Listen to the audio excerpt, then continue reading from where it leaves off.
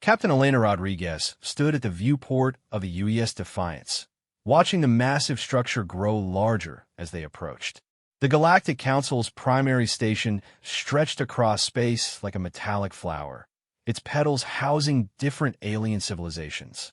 She had trained for this moment her entire life, but nothing could have prepared her for the reality of first contact with the galaxy's governing body. "Ma'am, we're receiving another transmission," Communications Officer James Park announced from his station. "Same message as before. They want us to surrender our weapons and prepare for inspection." Elena's jaw tightened. The message had been clear from the moment humanity's first faster-than-light ship had been detected entering Council space 3 days ago. Surrender, submit to inspection, and await judgment for the crime of developing interstellar travel without permission. "Status report," she ordered, turning from the viewport. Lieutenant Commander Sarah Chun looked up from her tactical console. "All systems green. The Yamato and the Sovereign are maintaining formation at 2,000 kilometers. Both ships report ready for whatever comes next." Elena nodded. 3 ships. That's all humanity had managed to send on this historic mission. 3 vessels against an empire that spanned thousands of worlds. The odds were laughable, but sometimes laughable odds were all you had. The bridge fell silent as they received a new transmission. This time, it wasn't a recorded message. The main screen flickered to life, revealing the interior of what appeared to be a vast courtroom. Dozens of alien faces looked down at them from elevated platforms arranged in a circle. At the center stood a creature that Elena's briefings had identified as High Arbitrator Zexhai of the Vorthak Dominion. The being was tall and insectoid, with 4 arms and compound eyes that seemed to take in everything at once. When it spoke, its voice carried the weight of absolute authority. "Humans of the species designation Terra 3, you stand accused of violating Galactic Law 847-B, unauthorized development and deployment of faster-than-light technology. This is a crime punishable by immediate termination of your species' technological capabilities and permanent restriction to your home system." Elena stepped forward, her uniform crisp and her bearing military straight. "I am Captain Elena Rodriguez of the United Earth Space Force. I'm here to represent humanity in these proceedings." A ripple of what might have been laughter passed through the Alien Council. High Arbitrator Zexhai's mandibles clicked in what Elena assumed was amusement. "You believe this is a negotiation, primitive. This is a judgment. Your species has violated the natural order. For the past 2 million years, the Council has maintained peace and stability throughout the galaxy by ensuring that no species develops dangerous technologies without proper guidance and oversight." Dangerous technologies? Elena's voice remained steady despite the anger building in her chest. "We developed faster-than-light travel through our own research and ingenuity.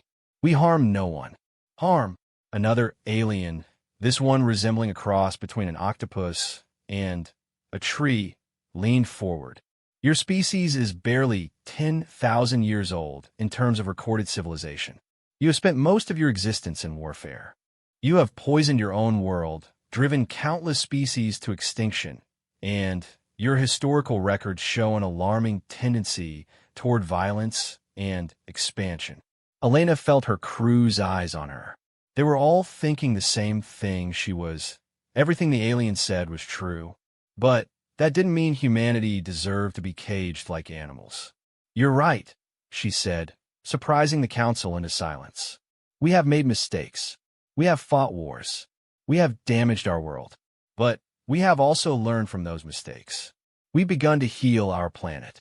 We've established global cooperation. We've reached for the stars not as conquerors, but as explorers."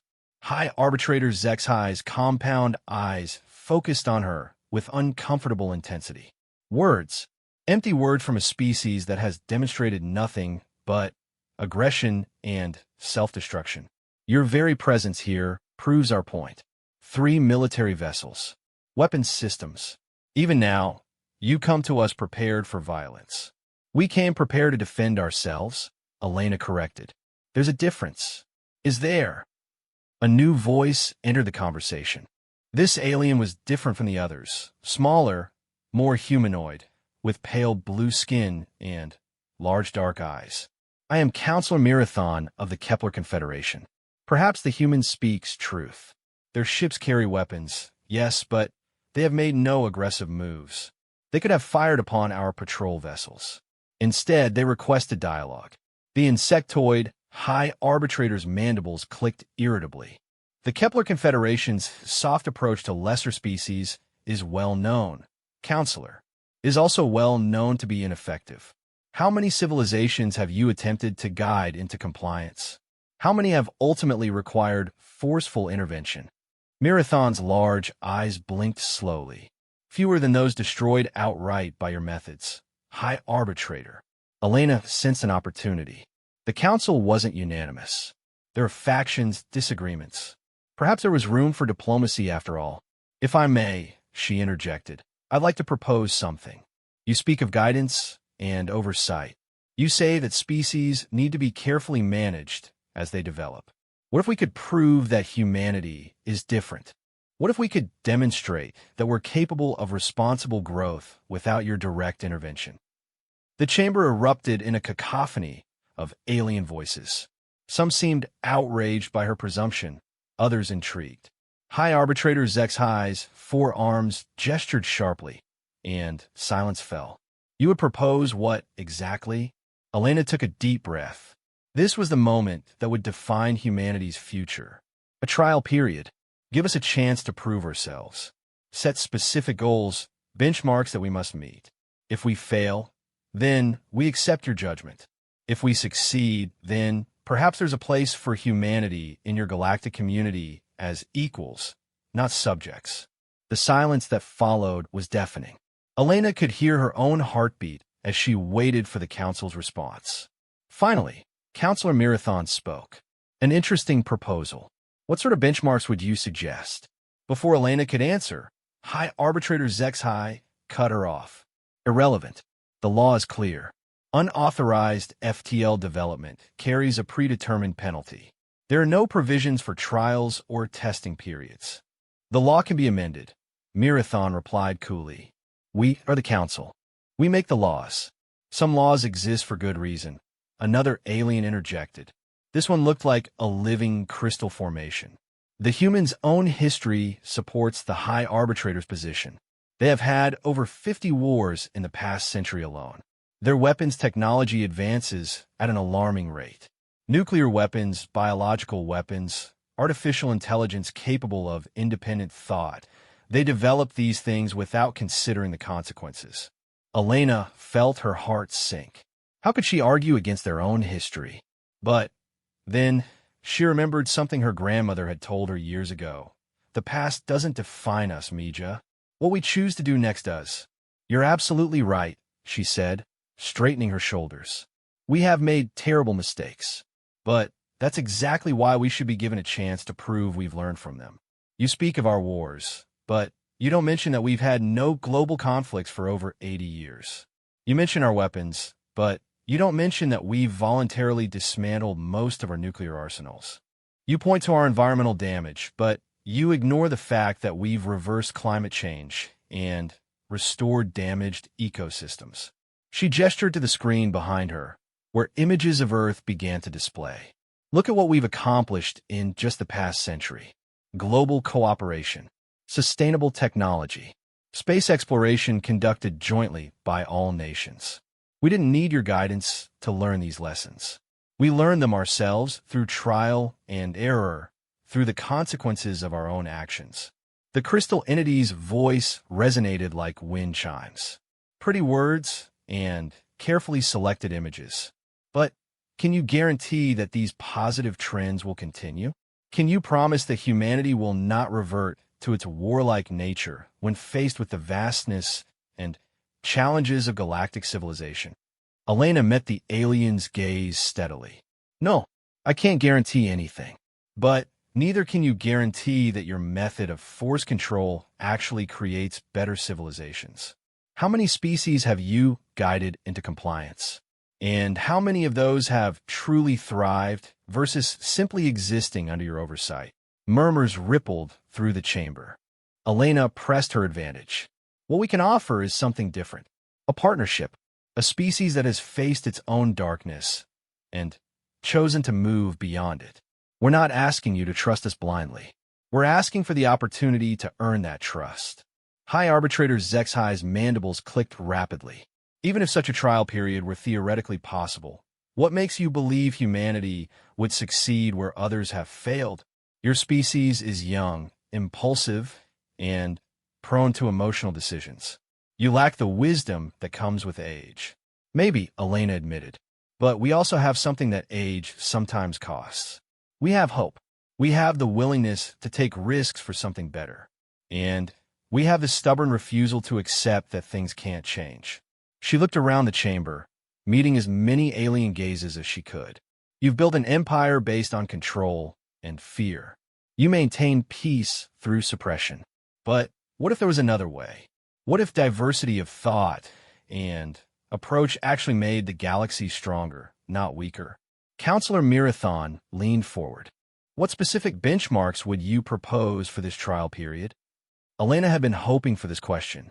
Complete disarmament of weapons of mass destruction. All of them, not just nuclear. Establishment of peaceful relations with any other species we encounter. Contribution to galactic scientific advancement through shared research. And, most importantly, proof that we can govern ourselves responsibly without external oversight. How long? The question came from an alien she hadn't seen before. One that looked like a floating jellyfish made of pure energy. 100 Earth years, Elena replied without hesitation.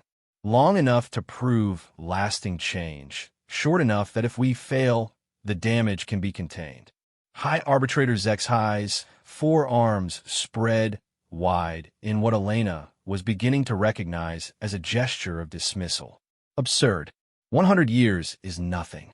Species change over millennia, not decades. Maybe for your species, Elena shot back. But humans change fast. We adapt. We learn. We evolve our thinking sometimes within a single generation. In 100 years, we'll either prove ourselves worthy of galactic citizenship, or we'll prove your point about our fundamental flaws. The debate that followed raged for hours. Elena watched and listened as the alien council argued among themselves about humanity's fate. She could see the factions forming. Those who favored the traditional approach of forced compliance, those who were intrigued by the possibility of something different, and those who seemed genuinely undecided. Finally, High Arbitrator Zexai called for order. This debate could continue indefinitely. A preliminary vote will be taken. All in favor of considering a trial period for the human species?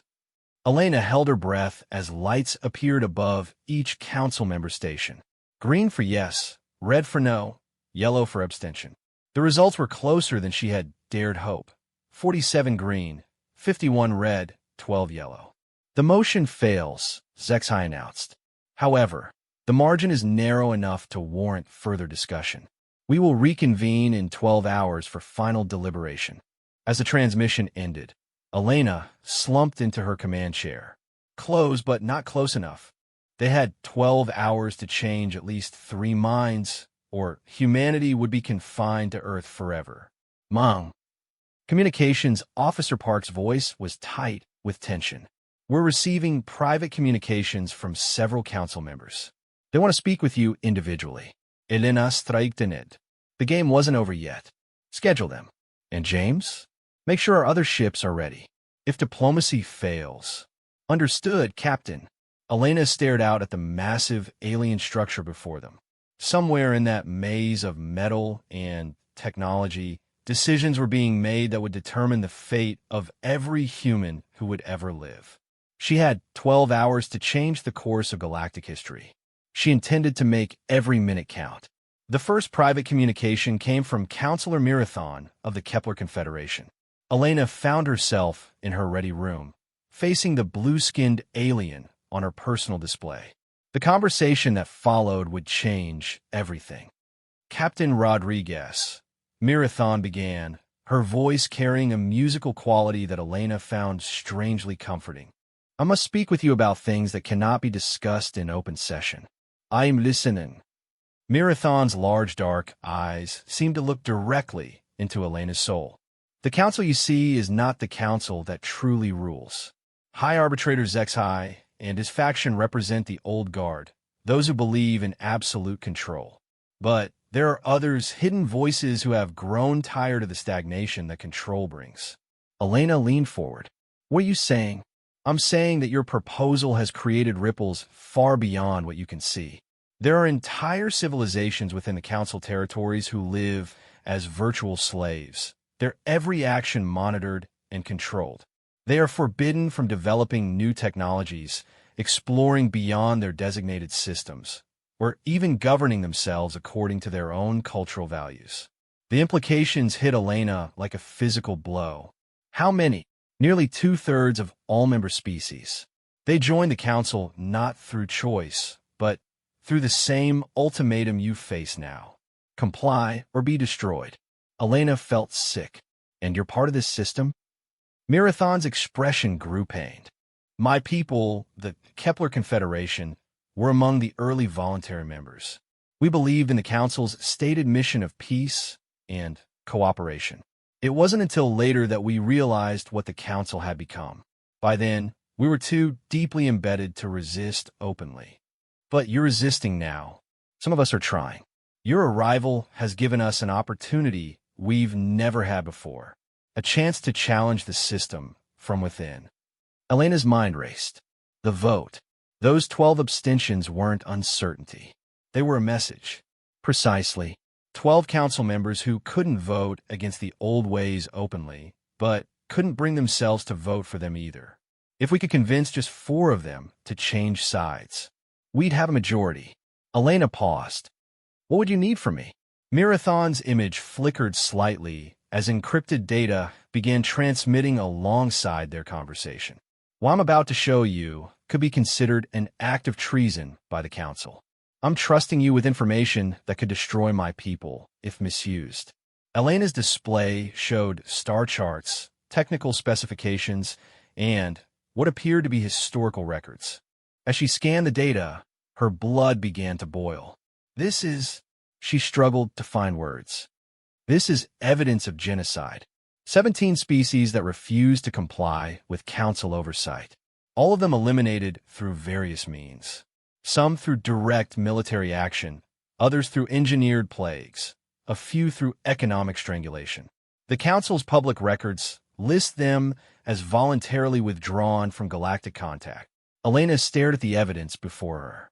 Images of destroyed worlds, extinct civilizations, entire species wiped out for the crime of wanting to govern themselves. Why are you showing me this? Because if your people fail this test, you will become number 18. And because there are others on the Council who believe it's time for a change. But they need proof that an alternative is possible. What kind of proof? Before Marathon could answer, Elena's communicator chimed. Captain, we have another incoming private communication. This one is from... Officer Park's voice carried a note of surprise. From High Arbitrator Zexhai himself.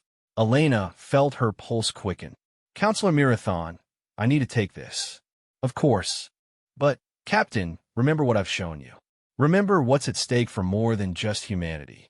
The communication ended, and, moments later, High Arbitrator Zexhai's imposing form filled Elena's screen. The alien's compound eyes fixed on her with uncomfortable intensity. Captain Rodriguez, I trust you are using your time wisely. Always High Arbitrator. To what do I owe this conversation?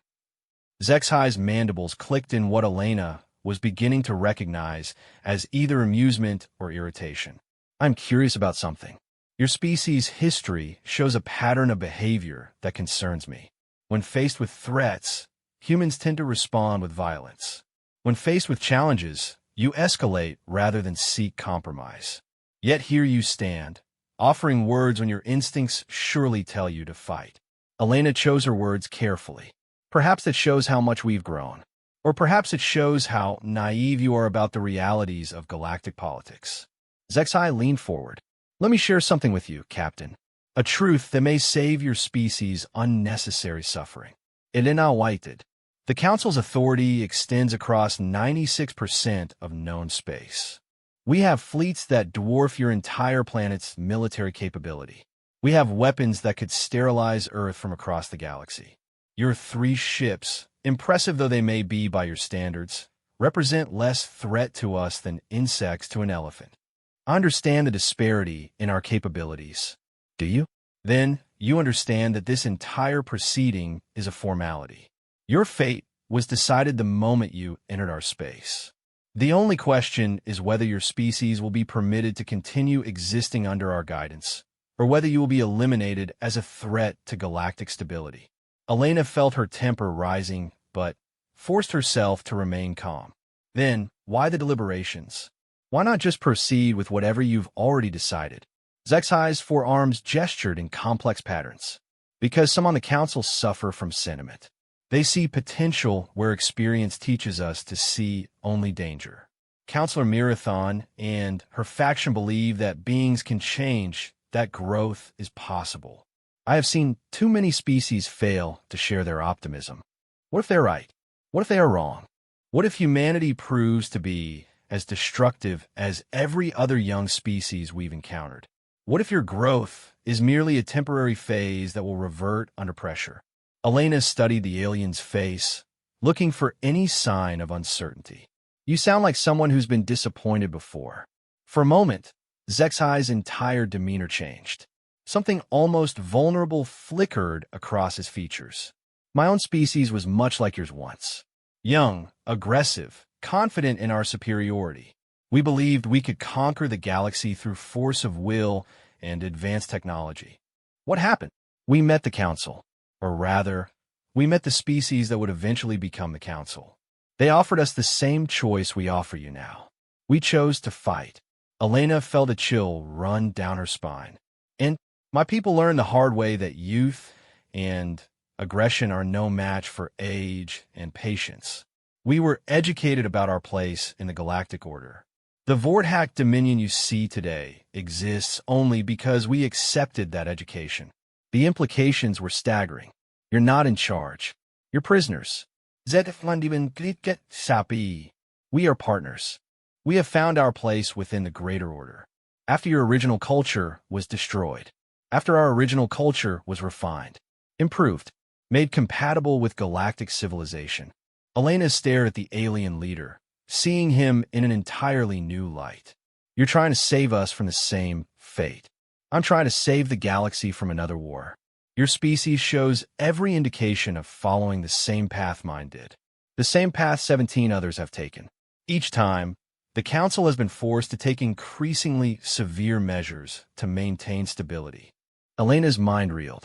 Marathon had shown her evidence of genocide, but now she was seeing another side of the story. What if these weren't cases of unprovoked aggression by the Council? What if they were species that had chosen to fight rather than submit? High Arbitrator, if I may ask a direct question, proceed. If humanity agreed to Council oversight, what would that actually mean? What would happen to our culture, our independence? Zexai was quiet for a long moment. Your technology would be regulated. Your expansion into space would be controlled. Your government would be restructured to align with Council principles. Your education systems would be modified to eliminate aggressive tendencies. Your art, literature, and entertainment would be reviewed for potentially destabilizing content. Elena felt her heart sink.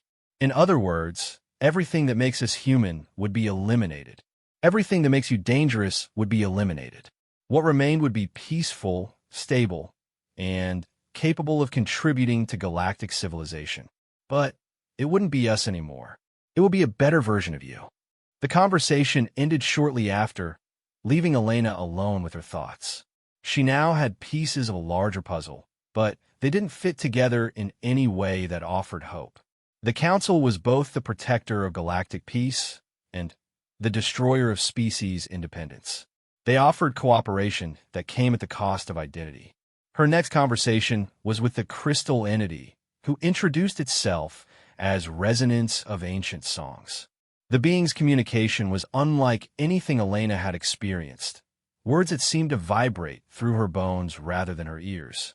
Human Captain Elena Rodriguez, the entity said, its voice like singing crystal. We perceive disharmony in your emotional matrix. The burden of choice weighs heavily upon your spirit.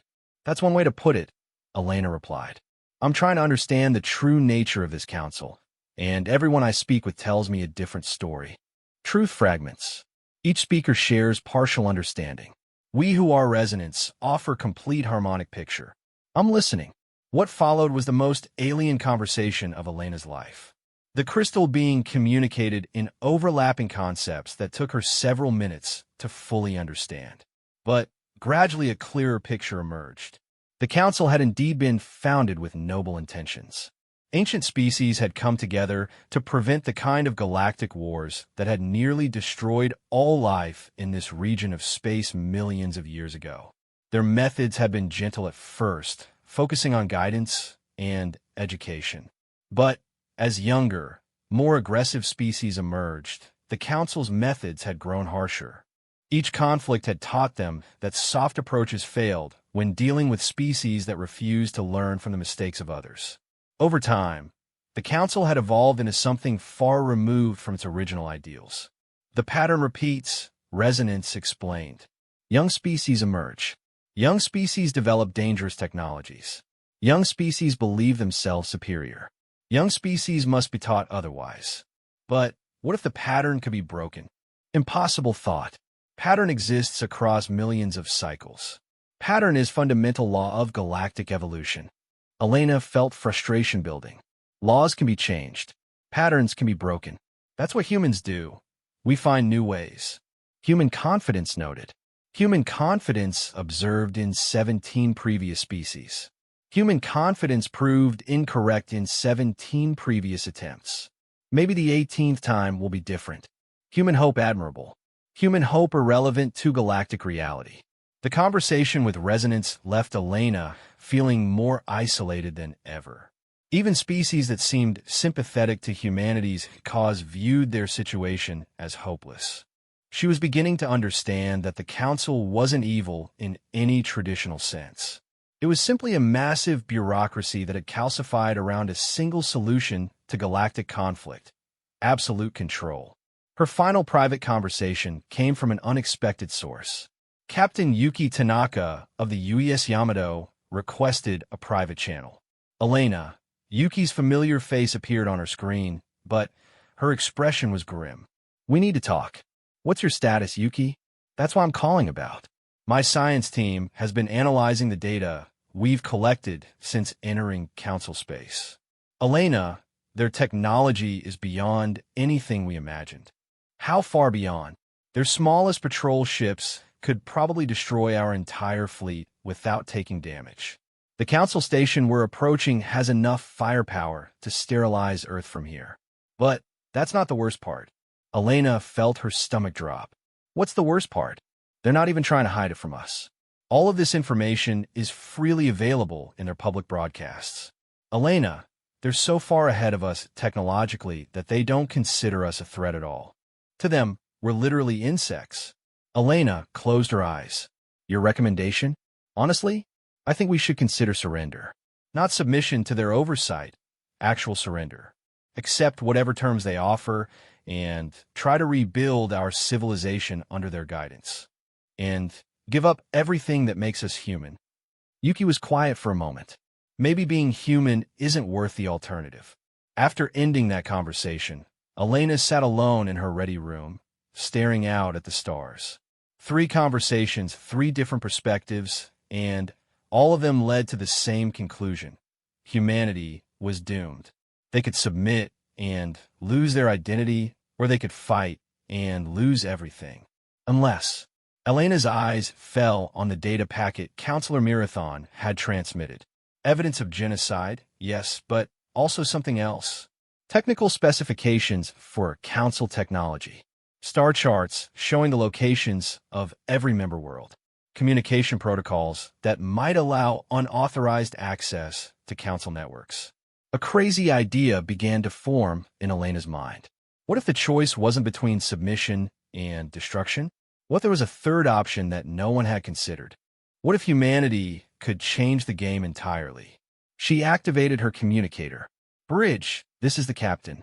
Secure communication to both escort vessels. All senior staff, conference room, 30 minutes. And someone give me everything we have on quantum communication protocols. Time was running out, but Elena Rodriguez was beginning to form a plan that would either save humanity or guarantee their destruction. Either way, it would be on their terms. Elena stood before the holographic display in the conference room, looking at the faces of her senior officers, both present and transmitted from the other ships. Captain Yuki Tanaka appeared via quantum link from the Yamato, her expression skeptical. Captain Marcus Webb from the Sovereign looked equally doubtful. But Elena had made her decision. What I'm about to propose will either be remembered as humanity's finest hour or our final act of defiance, Elena began. But before I explain, I need everyone to understand something crucial about her situation. She activated the display, showing the data Counselor Marathon had provided. The room fell silent as the evidence of council brutality played out before them. Destroyed worlds, extinct civilizations, technological capabilities that made their own ships look like stone knives. The council isn't what they pretend to be, Elena continued. They're not benevolent guardians maintaining galactic peace. They're an empire built on fear, maintaining control through the threat of total annihilation. Lieutenant Commander Chen spoke first. Captain, with respect, we already knew the odds were against us. This doesn't change our tactical situation, doesn't it? Elena brought up a new set of data. Look at this more carefully. Every species the Council destroyed had one thing in common. They chose to fight using conventional military tactics. They tried to match firepower with firepower, fleet against fleet. Captain Webb's voice crackled through the communication system. Are you suggesting we can win a military confrontation they couldn't? No. I'm suggesting we don't fight the battle they expect us to fight. Elena manipulated the display, highlighting specific technical specifications from Marathon's data package. Their technology is incredibly advanced, but it's also incredibly standardized. Every ship, every station, every communication system follows the same basic protocols. They've achieved efficiency through uniformity. And that helps us how? Captain Tanaka asked. Because uniformity creates vulnerabilities. Their entire civilization is networked together through quantum communication systems. The same systems that allow them to coordinate across vast distances also create a single point of failure. Dr. James Morrison, the Defiance's chief science officer, leaned forward. You talking about some kind of cyber warfare? I'm talking about something much more ambitious than that. Elena's expression hardened. I'm talking about using their own network to broadcast a message they can't ignore or suppress. The room erupted in confused voices. Elena held up her hand for silence. Here's what we know. 2/3 of council member species are virtual slaves. They're prohibited from developing new technology, exploring beyond their designated systems, or governing themselves according to their own values. But what if they knew they weren't alone? What if they knew that change was possible? Commander Chen's eyes widened. You want to start a revolution. I want to give suppressed civilizations hope. And I want to show the galaxy that humanity represents something different than what they've seen before. It's suicide, Captain Webb said flatly. Even if we could access their communication network, the moment we try something like that, they'll destroy us. Maybe. Or maybe they'll realize that destroying us would prove our point about what the Council really is. Dr. Morrison was already running calculations on his tablet. Theoretically, if we could synchronize our quantum transmitters with their network frequency, we might be able to piggyback a signal onto their communication grid. But the power requirements would be enormous. We need to drain our main reactors, which would leave us defenseless, Captain Tanaka pointed out. We're already defenseless, Elena replied. But this way, even if they destroy us, our message gets through to every council world simultaneously. Billions of beings would learn the truth about their government. Lieutenant Park, who had been quiet during the discussion, finally spoke. What exactly would this message say? Elena had been thinking about that question for the past hour. The truth. Everything. the evidence Counselor Marathon provided about the 17 destroyed species, the real history of the Council's expansion, and, most importantly, proof that resistance is possible. We don't have proof of that, Commander Chen objected.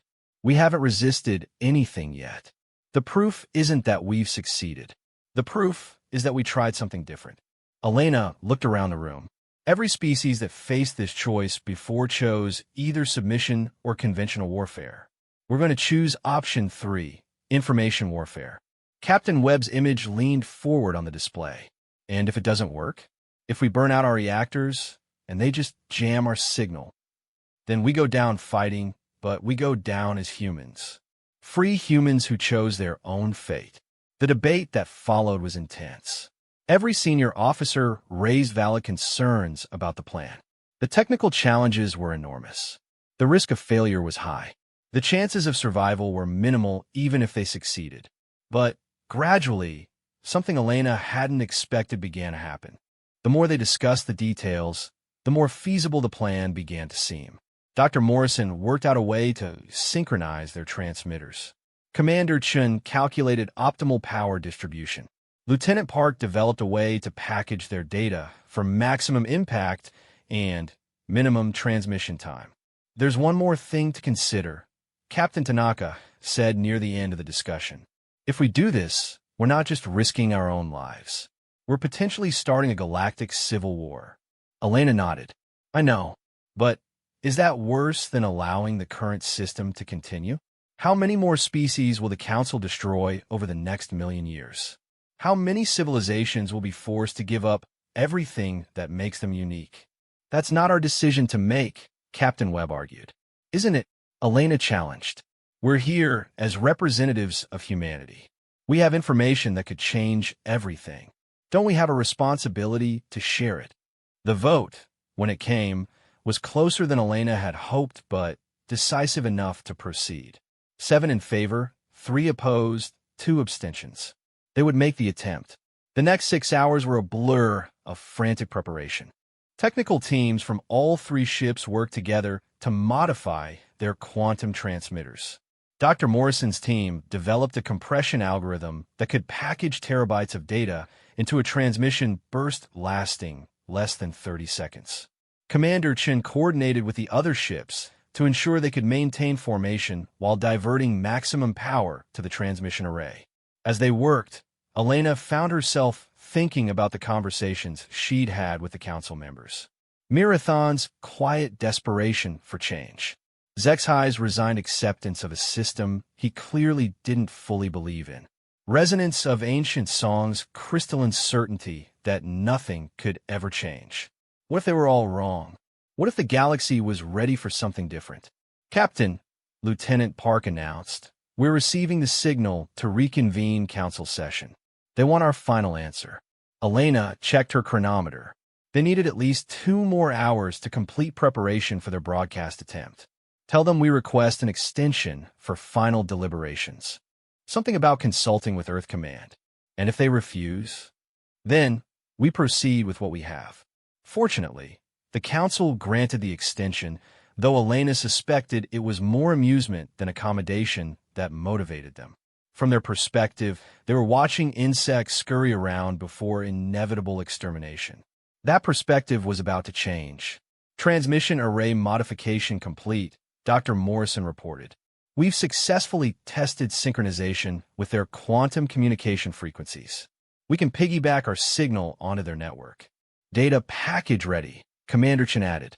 Everything Counselor Marathon provided, plus our own analysis and a statement of human principles and intentions. Fleet coordination confirmed, came Captain Tanaka's voice from Yamato. All 3 ships ready to contribute power to the transmission. Elena took a deep breath. Transmission content review. Dr. Morrison, give me the summary. Morrison activated his display. The data package contains evidence of the Council's destruction of 17 species, analysis of their technological capabilities versus their claims of benevolence, detailed information about the restriction systems imposed on member species, and a complete transcript of our proceedings here, including our private conversations with council members. The statement portion. Your words, Captain. A declaration that humanity represents a different path. That cooperation doesn't require submission. That diversity makes civilization stronger, not weaker. And an invitation for any species that desires change to join in peaceful resistance to the current system. Elena nodded. It wasn't perfect, but it was true. And sometimes truth was the most powerful weapon available. Final systems check, she ordered.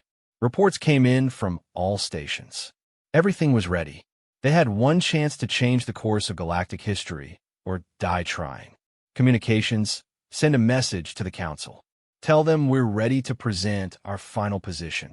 Minutes later, Elena stood once again before the assembled Council, but this time everything was different. She wasn't pleading for humanity's survival anymore. She was about to declare war on a system that had oppressed the galaxy for millions of years. Honorable members of the Galactic Council, she began, humanity has made its decision. High Arbitrator Zexai leaned forward with interest. And that decision is? Elena looked directly into the alien's compound eyes. We choose option 3. Before anyone could ask what she meant, Elena gave the signal. Across all 3 human ships, modified quantum transmitters activated simultaneously. Terabytes of data burst across the Council's own communication network at the speed of light, reaching every member world simultaneously. For 30 seconds, the entire galaxy learned the truth about the Council. The reaction was immediate and explosive. Alarms began sounding throughout the Council station. Alien voices erupted in panic and rage. High Arbitrator Zexai's mandibles clicked so rapidly they blurred. What have you done? He demanded. Elena smiled grimly. We've given the galaxy a choice. The same choice you never offered us. Counselor Marathon's voice cut through the chaos. The transmission was successful. Full network penetration. Every member world received the complete data package. You have doomed yourselves and possibly the entire galaxy, Zexai raged. The information you've released will cause panic, rebellion, chaos. Maybe, Elena admitted. Or maybe it will cause something better. Maybe it will cause change. The council chamber erupted as alien species began arguing among themselves. Some demanded immediate retaliation against the humans. Others called for investigation of the claims made in the broadcast. Still others seemed to be having heated discussions in languages Elena's translators couldn't interpret. But through it all, Elena noticed something interesting. The species that appeared most upset by the broadcast weren't the oppressed member worlds. They were the council leadership. The species that had been maintaining the status quo were the ones panicking. Captain, Lieutenant Park's voice was tight with excitement. We're receiving responses from member worlds. Hundreds of them. They want to know more. They want to know if what we broadcast is true. Elena felt a surge of hope. Are we still receiving power from the other ships? Yes, ma'am. But our reactors are running hot. We can maintain this for maybe another hour before we risk permanent damage. An hour might be enough. Throughout the council network, suppressed civilizations were beginning to ask questions their governments couldn't answer. The information Elena's team had broadcast wasn't just data. It was proof that the supposedly impossible could happen, that someone could challenge the council and survive long enough to tell the truth. High Arbitrator Zexai, finally, restored order to the chamber. When he spoke, his voice carried a cold fury that made Elena's blood freeze. Captain Rodriguez, you and your species have committed the gravest crime possible against galactic stability. The penalty for this action is immediate and total extermination. Elena straightened her uniform. We understand the risk we took. No, I don't think you do. When we destroy your ships and sterilize your world, that will not be the end. We will hunt down every human colony, every human outpost, every trace that your species ever existed. Humanity will become a cautionary tale told to discourage future rebellion. Maybe, but the information is already out there. The truth is already spreading. You can kill us, but you can't unring that bell. For a moment, the chamber fell completely silent. Then, Counselor Marathon spoke, her voice carrying clearly across the cosmic distance. "Hi, Arbitrator. I move for emergency session to address the legitimate concerns raised in the human transmission." The chamber erupted again, but this time the dynamic had changed. The debate wasn't about humanity anymore. It was about the Council itself. Elena had accomplished something that millions of years of suppression hadn't been able to prevent. She had made the galaxy question its government. As weapons systems across the Council fleet began powering up to destroy the human ships, Elena realized that regardless of what happened next, they had already won. The galaxy would never be the same. But the battle for humanity's survival was just beginning. The silence stretched for exactly 17 seconds. Elena counted every one of them as weapon systems across the Council fleet powered up to destroy the 3 human ships. Then, Counselor Marathon's voice cut through the tension like a blade. "Emergency protocols are in effect. Any council member may call for immediate review when evidence of systemic violations is presented. Article 7 of the Founding Charter demands investigation before punitive action." High Arbitrator Zexhi's 4 arms gestured violently. "The humans have committed an act of war against galactic stability. Emergency protocols do not apply to hostile foreign powers." "With respect, High Arbitrator," another voice joined the argument. Elena recognized the crystalline tones of resonance of ancient songs. "Human transmission contains Council documentation. Council records show possible charter violations. Investigation required by fundamental law." Elena felt a spark of hope. The aliens were actually debating the legality of their own actions. But that hope dimmed as she watched weapon systems continuing to charge across the massive fleet surrounding them. "Captain," Commander Chen's voice was steady despite the circumstances. "Our reactors are at critical temperature. We need to shut down the transmission array or risk cascade failure. How long can we maintain minimum power to the array?" "Maybe 10 minutes. After that, we lose all communications capability permanently." Elena made a decision that surprised even herself. Shut down transmission capability. Divert all remaining power to shields and engines. "Mom, we've sent our message. Now we need to survive long enough to see what happens next." As the human ships powered down their transmission arrays, the debate in the Council chamber grew more intense. Elena watched as factions she hadn't even known existed began to reveal themselves. The jellyfish-like entity she'd spoken with earlier joined Marathon in demanding investigation. A creature that looked like a mobile plant demanded immediate military action. Others seemed torn between legal procedure and security concerns. "Captain," Lieutenant Park announced, "we're receiving massive communication traffic from across the galaxy. Member worlds are demanding answers from their council representatives." "What kind of demands?"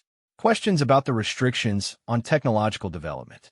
Requests for historical information about the 17 destroyed species. Some worlds are demanding the right to withdraw from council membership entirely." Elena felt her heart race. It was working. The information was spreading faster than the council could contain it. High Arbitrator Zexhi seemed to reach the same conclusion. "Enough debate. Fleet Command, eliminate the human vessels immediately." "Belay that order." The new voice belonged to someone Elena hadn't heard before. The speaker appeared to be another insectoid species, but sleeker and more elegant than Zexhi's people. "I am Prime Adjudicator Velterra of the First Circle. By ancient law, no member of the Council may authorize military action while emergency protocols are in effect." "The First Circle has not convened in over 10,000 years, Zexhi protested. "Your authority in current matters is questionable." "My authority exists precisely for moments like this, when the Council's own actions come under scrutiny. The humans will not be harmed pending full investigation of their claims." Elena slumped in her command chair. They had gained a reprieve, but she could see the fury in Zexhi's compound eyes. This wasn't over. The next several hours passed in a blur of testimony, evidence review, and increasingly heated debate.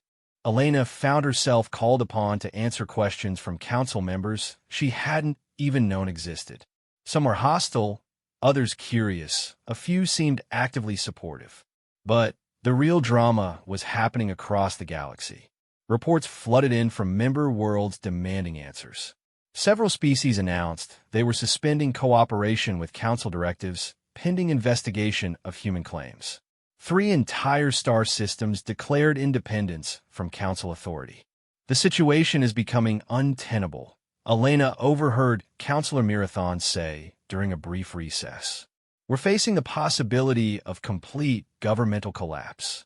Maybe that's not a bad thing, Elena replied. Maybe it's time for something better.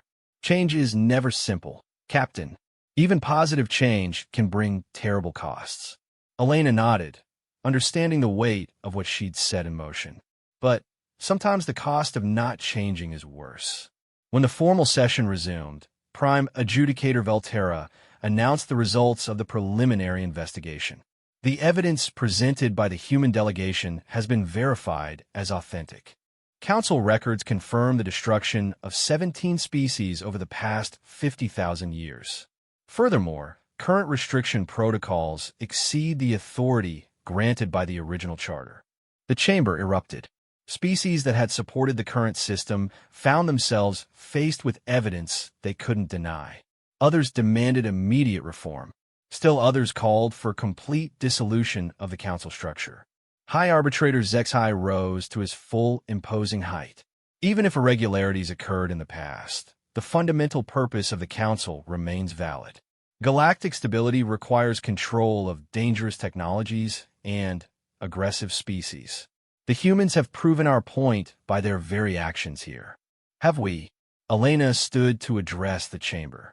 We had the opportunity to attack your patrol ships when we first entered your space. We didn't. We had advanced weapons that could have caused significant damage to this station. We chose not to use them. Instead, we chose information. We chose truth. We chose to give the galaxy the same thing we wanted for ourselves, a choice. Pretty words, Zexai replied. But what happens when other young species follow your example? What happens when every emerging civilization decides they can ignore galactic law and broadcast whatever propaganda suits their purposes? Elena smiled. Then you get democracy. Messy, chaotic, sometimes dangerous democracy. But also the kind of diversity and innovation that comes when people are free to think for themselves. And when those free thinkers develop weapons capable of destroying star systems. Then you deal with that problem when it happens, with the cooperation of free peoples who have a stake in their own survival. You don't prevent it by enslaving entire civilizations. The debate continued for hours more, but Elena could see the momentum shifting. The revelation of the Council's true history had shaken the foundation of their authority. More importantly, the response from across the galaxy was overwhelming. Member worlds were demanding change, and several were already implementing their own reforms regardless of Council approval. Finally, Prime Adjudicator Velterra called for order. The First Circle has reached a preliminary decision. The current council structure will be dissolved pending formation of a new galactic government based on voluntary cooperation rather than enforced compliance. Elena felt her knees go weak. They had actually done it. They had changed the course of galactic civilization. But Zexai wasn't finished. This decision will lead to chaos. Wars will break out between species no longer held in check by council authority. Technologies will be developed without oversight. The galaxy will tear itself apart. Maybe, Velterra admitted. But that will be the galaxy's choice to make. And perhaps, given the opportunity, sentient species will choose something better than what we've given them. And the humans? Zexai's gaze fixed on Elena with undisguised hatred. What are the species that caused this catastrophe? Velterra's insectoid features were unreadable. Humanity will be granted full galactic citizenship and the right to develop according to their own values and capabilities. They will also serve as observers during the transition period to help establish the new governmental structure. Elena felt tears beginning to form. Thank you. Do not thank me yet, Captain Rodriguez. The hard work is just beginning. Building a new galactic civilization will be far more difficult than destroying the old one. Over the following weeks, Elena found herself at the center of the most complex diplomatic negotiations in galactic history. The transition from the old council system to something new and democratic was painful and chaotic. Several species did indeed go to war with long-standing enemies once council restrictions were lifted. Others retreated into isolation, uncertain how to function without external oversight. But positive changes emerged as well. Technological development exploded as species shared research freely. New forms of art and culture spread across the galaxy as beings were no longer restricted to council-approved expression. Most importantly, a spirit of voluntary cooperation began to develop among species who had been forced to work together for millions of years. Elena stood once again at the viewport of the Defiance, but now they were in orbit around New Geneva, the chosen site for the emerging Galactic Federation.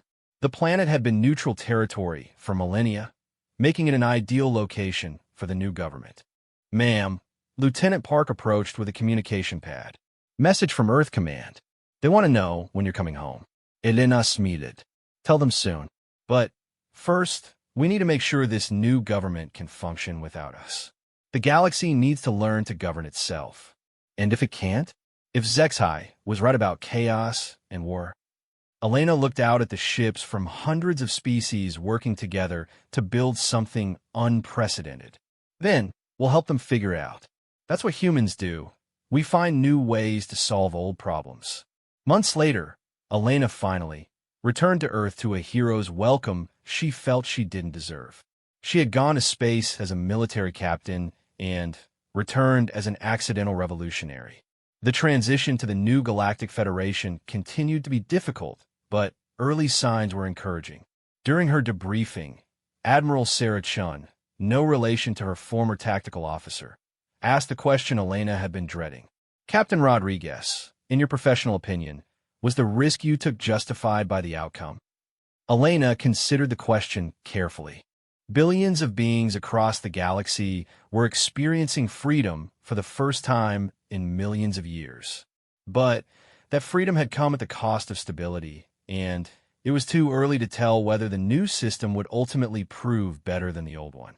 "I think," Elena said finally, "that the galaxy deserved the right to make that choice for themselves. We didn't decide what was best for everyone. We just gave everyone the information they needed to decide for themselves. And if the decision they make is wrong, then they'll have the freedom to recognize that mistake and try something different. That's how democracy works. That's how growth works. That's how life works." Elena returned to space 6 months later, not as a military officer, but as Earth's first ambassador to the Galactic Federation. The new government was still finding its footing, still making mistakes, still struggling with the balance between freedom and stability. But it was learning. It was growing. It was becoming something that had never existed before in galactic history. A truly representative democracy spanning thousands of worlds and millions of species.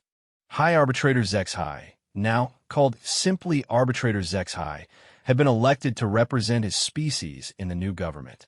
During one of their first official meetings, he approached Elena with something she hadn't expected, an admission. "Captain Rodriguez, I owe you an apology." Elena raised an eyebrow. "For trying to have my species exterminated? For believing that control was the only path to peace?" The early reports from the Federation worlds show lower conflict levels than we maintained under the old system. It appears that beings govern themselves more responsibly when given the choice to do so. "It's still early," Elena cautioned. "There will be setbacks. There will be mistakes. Yes, but they will be our mistakes to learn from. That may be the most important difference." Elena looked out the window of the Federation building at the bustling metropolis below. Beings from across the galaxy worked, learned, and lived together not because they were forced to, but because they chose to. It wasn't perfect. It never would be perfect. But it was free. And sometimes, Elena reflected, free was enough to build something wonderful. The galaxy had faced its moment of choice, and chosen hope over fear, freedom over security, growth over stagnation. The shockwaves from that choice were still rippling across the stars, changing everything they touched. Humanity had gone to the stars as a single species seeking acceptance. They had returned home as part of something larger, a galactic community built on a radical idea that diversity made civilization stronger, not weaker. It was, Elena thought, a pretty good start.